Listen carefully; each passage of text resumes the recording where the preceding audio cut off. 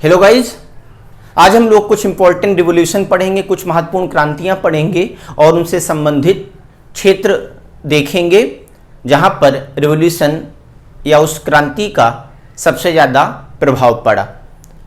हम सब लोग जानते हैं कि अंग्रेज़ों की दास्ता से, अंग्रेज़ों की हुकूमत से 200 साल अंग्रेज़ों ने लगभग शासन किया भारत में, और इस दास्ता से भारत को 15 अगस्त 1947 को आज़ादी मिली।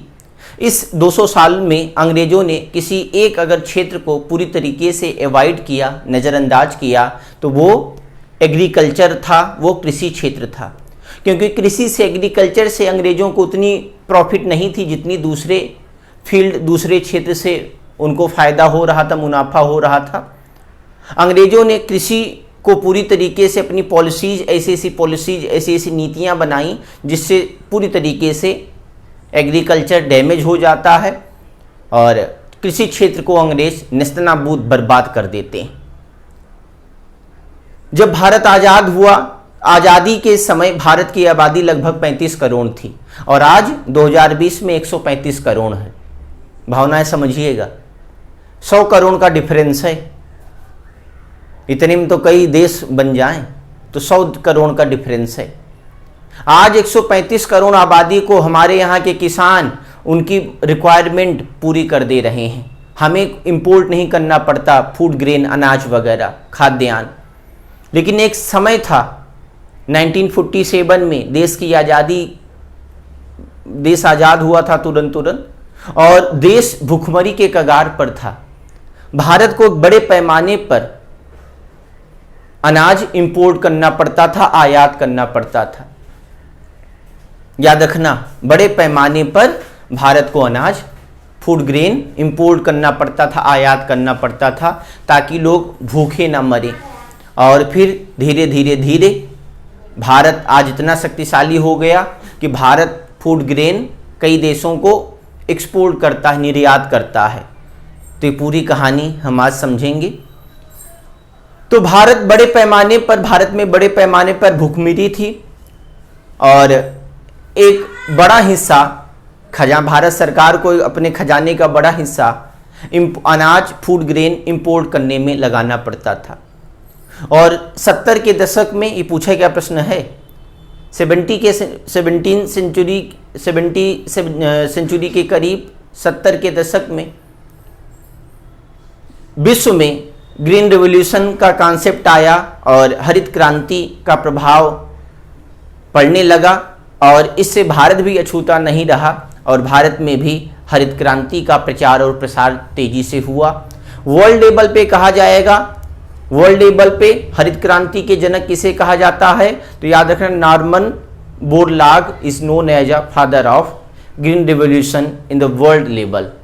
और इंडिया लेवल पे कहा जाए तो who is the father of green revolution in India? तो MS Swaminathan. Norman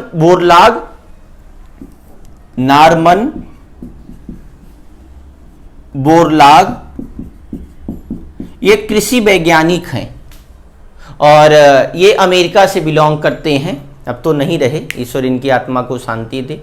Norman Borlaug को नोबेल प्राइज भी मिल चुका है, याद रखना। और इनको हरित क्रांति का जनक कहा जाता है और वर्ल्ड लेवल पे। और इंडिया लेवल पे MS Swaminathan is known as a father of Indian green revolution. भारतीय हरित क्रांति का जनक MS स्वामीनाथन को कहा जाता है और MS स्वामीनाथन के प्रयास से ही भारत में 1966 और 67 में हरित क्रांति के प्रभाव पड़ने लगे और हरित क्रांति की शुरुआत हुई। ठीक, तो वर्ल्ड लेवल पे नॉर्मन बोरलाग और इंडिया लेवल पे MS स्वामीनाथन। ठीक, 70 के दशक में हरित क्रांति की शुरुआत होती है और भारत में तो याद रखना 1966-67 में। ठीक, और इस हरित क्रांति का इतना प्रभाव पड़ा कि भारत अधिशेष उत्पादन करने लगा। एक समय था कि अपने 35 करोड़ लोगों का पेट नहीं भर पा रहा था और अब सरप्लस प्रोडक्शन करने लगा, इतना उत्पादन होने लगा कि आपने देखा होगा जून जुलाई अगस्त वगैरह में कि जो फूड कॉरपोरेशन ऑफ इंडिया है, FCI है, जो खाद्यान्न वगैरह होते हैं, फूड ग्रेन, इनको स्टोर करती है। तो सरकारी गल्ला मंडियां होती हैं, अनाज तो बड़े पैमाने पर गेहूं चावल सब खरीद लिया जाता है। और एक समय ऐसा आता है बरसात में कि पूरी तरीके से बोरे बोरे लगे होते हैं और छल्ली छल्ली, और उनको तिरपाल से ढकना पड़ता है कि भीगे ना, लेकिन घुटने तक पानी भर जाता है, ज़मीन में ही तो रखे होते हैं। और बड़े पैमाने पर भारत में इन अनाज का क्या होता है, अपव्यय होता है और ये खराब जाते हैं, नष्ट हो जाते हैं। वो अनाज जो 16 रुपये 17 रुपये पर केजी के हिसाब से लिए गए हैं, वो 1.5 रुपये 2 रुपये 1 रुपये में कबाड़ियों को बेचने पड़ते हैं। ठीक, तो सरप्लस प्रोडक्शन होने लगा। एक समय था कि लोग भूखे मर रहे थे, है ना, हमें इंपोर्ट करना पड़ता था। आज भारत कई देशों में फूड ग्रेन क्या करता है, एक्सपोर्ट करता है, निर्यात करता है। तो भारत आज आत्मनिर्भर बना खाद्यान्न में। तो इसका बड़ा रीजन, इसके पीछे बड़ा कारण क्या है, हरित क्रांति, ग्रीन रिवॉल्यूशन का पॉजिटिव इफेक्ट पड़ना भारत में। थोड़ा सा डीप क्वेश्चन है। अगर आपसे पूछा जाए कि हरित क्रांति का सबसे ज़्यादा प्रभाव किस पर पड़ा, तो याद रखना गेहूं पर पड़ा। मैक्सिको, आप जानते हो कि नॉर्थ अमेरिका में मैक्सिको एक देश है, वहाँ से हाइब्रिड और नए किस्म के सीड्स, बीज लाए गए, जिसका बहुत ज़्यादा प्रभाव पड़ा गेहूं पर। तो हरित क्रांति के कारण लगभग पूरे खाद्यान्न पर प्रभाव पड़ा, लेकिन सबसे ज़्यादा गेहूं पर पड़ा, ये पूछा गया प्रश्न है। और हरित क्रांति ने क्या किया, वो जो मदर इंडिया टाइप में परंपरागत ट्रेडिशनल कृषि लोग अपनाते थे, उसको लोग छोड़ने लगे। ओके, और अब इनोवेशन होने लगा, नवाचार होने लगा, अब टेक्निकल खेती होने लगी, अब तकनीकी को ज़्यादा लोग इम्प्लीमेंट करने लगे, किसमें, खेती में। अब खरपतवार नाशक, कीटनाशक और हाइब्रिड सीड, इरिगेशन, जो सिंचाई व्यवस्था, इन सब पर ज़्यादा ध्यान दिया गया। और अब उर्वरक वगैरह भी ज़्यादा बनाए जाने लगे, इन पर भी तेज़ी से काम करने लगा। यहाँ भी इनोवेशन आया, नवाचार आया, जिसके कारण क्या हुआ, धीरे धीरे पूरे एग्रीकल्चर सिस्टम का, जो एग्रीकल्चर सिस्टम था, कृषि क्षेत्र, उसका ही काया पलट हो गया। और देखते देखते बदल गया सब कुछ भारत में, और भारत आत्मनिर्भर बन गया। ओके, तो ये सारे प्रश्न याद रखना। हरित क्रांति किससे संबंधित है, फूड ग्रेन प्रोडक्शन से, खाद्यान्न उत्पादन से। सबसे ज़्यादा प्रभाव पूछा जाए तो गेहूं पर पड़ा। ओके, जो नॉर्थ इंडिया था, सबसे ज़्यादा यहाँ पर हरित क्रांति के प्रभाव पड़े। नेक्स्ट है श्वेत क्रांति, जिसको फ्लड रिवॉल्यूशन या व्हाइट रिवॉल्यूशन के नाम से भी जानते हैं। तो भारत में ना एकदम परंपरागत व्यवस्था थी दूध वगैरह की, देसी गाय वगैरह लोग रखते थे और इसी से अपना काम चलाते थे। और आप जानते हैं देसी गाय वगैरह बड़ी बड़ी होती हैं, चारा पानी बहुत खाएंगी, लेकिन दूध 1 गिलास 1.5 गिलास 2 गिलास ऐसे देंगी। तो ऐसे में परिवार का काम चलना है नहीं चलना ना। तो गाय माता थी और माता रहेंगी, हमेशा रिस्पेक्टेड हैं। ओके, हमें इनका अपमान नहीं करना है। लेकिन ये देसी गायों में उतनी प्रोडक्टिविटी नहीं थी, उतना कैलिबर नहीं था कि ये पूरे परिवार की रिक्वायरमेंट पूरी कर सकें। अब धीरे धीरे यहाँ पर भी इनोवेशन आएगा, यहाँ पर भी कुछ नया अपनाया जाएगा हरित क्रांति की तरह। और यहाँ पर भी दुग्ध उत्पादन जो था, मिल्क प्रोडक्शन, इसको मजबूत करने के लिए, इसको बढ़ाने के लिए कई सारे प्रयास किए गए, और उस प्रयास का बहुत जल्दी प्रतिफल भी मिला। और अब भारत तेजी से क्या हुआ, दुग्ध उत्पादन में आगे बढ़ने लगा। और एक दिन आया, आप जानते हैं डेयरी प्रोडक्शन में भारत नंबर 1 पर पहुंच गया। तो भारत में दुग्ध उत्पादन के पिता किसे कहा जाता है, who is known as a father of milk production in India? तो याद रखना, वर्गीज कुरियन। कौन है? जिस तरीके से विश्व लेवल पे हरित क्रांति के पिता नॉर्मन बोरलॉग और भारत लेवल पे एम एस स्वामीनाथन और याद रखना उसी तरीके से दुग्ध उत्पादन में भारत लेवल पर पिता कौन कहा जाएगा, फादर कौन कहा जाएगा, जिसने दुग्ध उत्पादन को उस ऊंचाइयों पर पहुंचाया जहां भारत डिजर्व करता था, तो वो थे वर्गीज कुरियन। याद रखना ये पूछा गया प्रश्न है, वर्गीज कुरियन। और ये फाउंडर हैं किसके, अमूल के। आप जानते होंगे अमूल डेयरी उत्पादन का लीडिंग कंपनी है और लीडिंग ब्रांड है। डेयरी से संबंधित ऐसा कोई लगभग प्रोडक्ट नहीं होगा जो ये उत्पाद ना करता हो, और इंटरनेशनल लेवल पर इसकी अपना क्या नाम स्टेज इसने बना रखा है और वर्ल्ड लेवल पे ये इस्टेब्लिश है।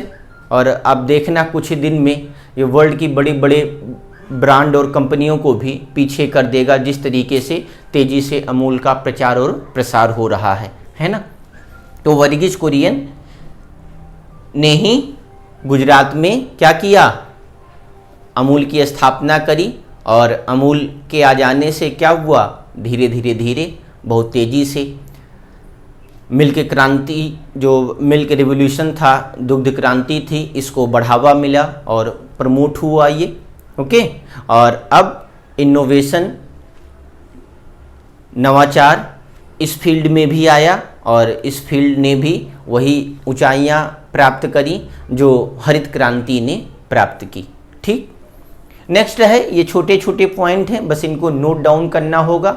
यहाँ इतना और नोट डाउन कर लें कि भारत में श्वेत क्रांति की शुरुआत 1970 में हुई है ना, याद रखना 1970, 13 जनवरी 1970 में श्वेत क्रांति की शुरुआत होती है। ठीक, तो पार्टिकुलर यहाँ डेट भी है।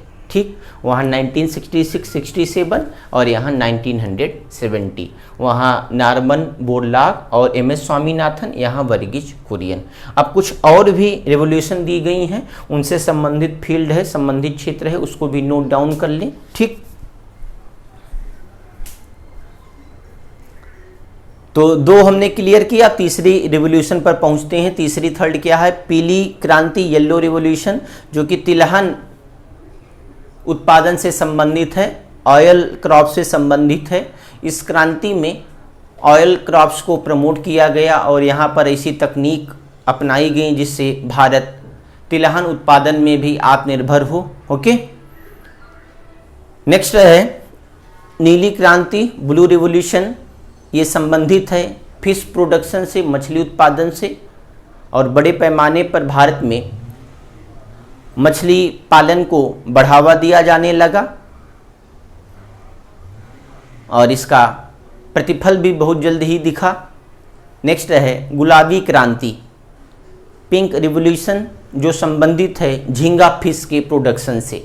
तो नीली क्रांति में तो लगभग सब मछली उत्पादन, सभी फिशेज आ गई, लेकिन याद रखना गुलाबी क्रांति में स्पेशली पार्टिकुलर झींगा मछली को रखा गया है।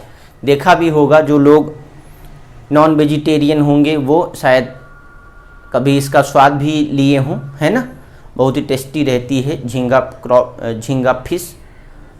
नेक्स्ट है रजत क्रांति, सिल्वर रिवॉल्यूशन। ये संबंधित है एग प्रोडक्शन से, अंडा उत्पादन से, और बड़े पैमाने पर अब पोल्ट्री फार्म वगैरह भारत में खुलेंगे और सरकार इनके लिए स्पेशल फंड निर्धारित करेगी और पोल्ट्री फार्म्स को प्रमोट करेगी, जिससे भारत में बड़े पैमाने पर मुर्गी उत्पादन बढ़ेगा, और मुर्गी उत्पादन बढ़ेगा तो ऑब्वियसली अंडा उत्पादन बढ़ेगा, है ना। नेक्स्ट है गोल्डन रिवॉल्यूशन, सुनहरी क्रांति, जो संबंधित है बागवानी क्रांति और शहद उत्पादन से भी। सुनहरी क्रांति को बागवानी क्रांति और शहद क्रांति के नाम से भी जानते हैं, गार्डनिंग एंड हनी प्रोडक्शन। ठीक, नेक्स्ट है, और इसी सुनहरी क्रांति में अब बड़े पैमाने पर फल, सब्जी और फूलों की खेती को प्रमोट किया जाएगा, बढ़ावा दिया जाएगा। नेक्स्ट है गोल्ड क्रांति। गोल्ड क्रांति संबंधित है आलू उत्पादन से, पोटैटो प्रोडक्शन से, और इस गोल्ड क्रांति के प्रमोशन से आलू उत्पादन में बहुत तेज़ी से वृद्धि होगी। नेक्स्ट है रेड रेवोल्यूशन, लाल क्रांति, जो संबंधित है टमाटर और मांस उत्पादन से, टोमेटो और मीट प्रोडक्शन से। तो अगर आपसे पूछ ले कि लाल क्रांति का संबंध निम्न में से किससे है, red revolution is related to, option में दे दे ए टमाटर, B meat, C both A and B, D none of these, इनमें से कोई नहीं। तो क्या हो जाएगा, C both A and B. और अगर टमाटर हो मांस ना हो या मांस हो टमाटर ना हो तो एक ही पार्टिकुलर ऑप्शन को हम टिक करेंगे, और दोनों होगा तो स्वाभाविक है कि बोथ ए एंड बी जरूर होगा, है ना।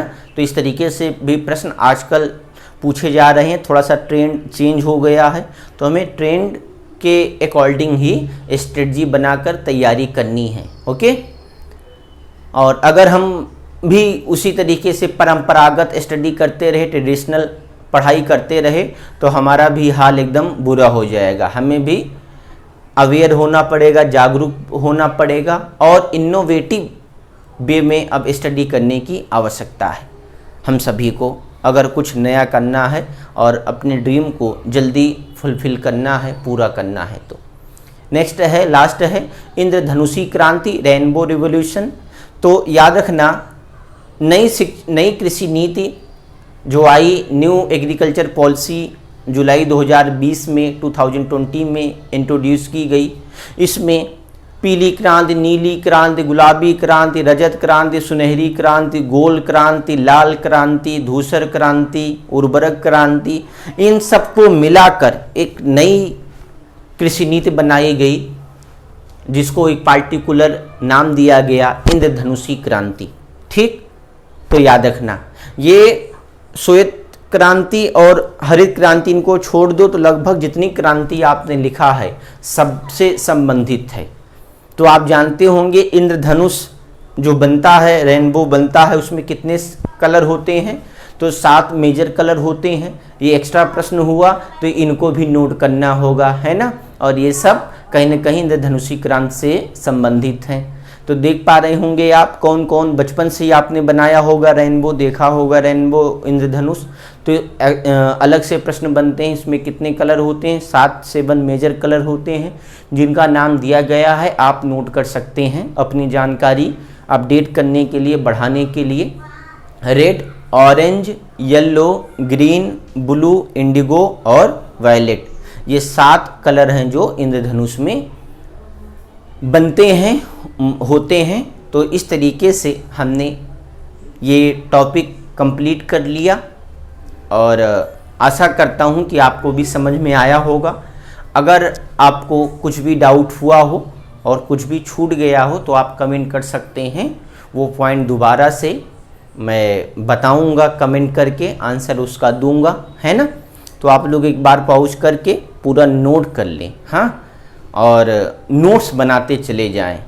बिना नोट्स के कल्याण नहीं होना है। सारी बातें माइंड में सेट नहीं हो सकती कि सारी जानकारियाँ, इतनी सारी जानकारियाँ हैं, डेली जानकारियाँ हमें मिलती रहती हैं, कुछ ना कुछ पढ़ते हैं, नई नई जानकारियाँ आती हैं, तो सबको हमें याद रखना है। इसके लिए सबसे पहला और बढ़िया काम है कि आपको नोट्स साथ साथ तैयार करना होगा, ताकि आपका कमांड संबंधित सब्जेक्ट पर बढ़िया हो सके और आपकी वो पकड़ बन सके जो एग्ज़ाम में बेसिक रिक्वायर्ड होती है। ओके, चलिए, जय हिंद, जय भारत।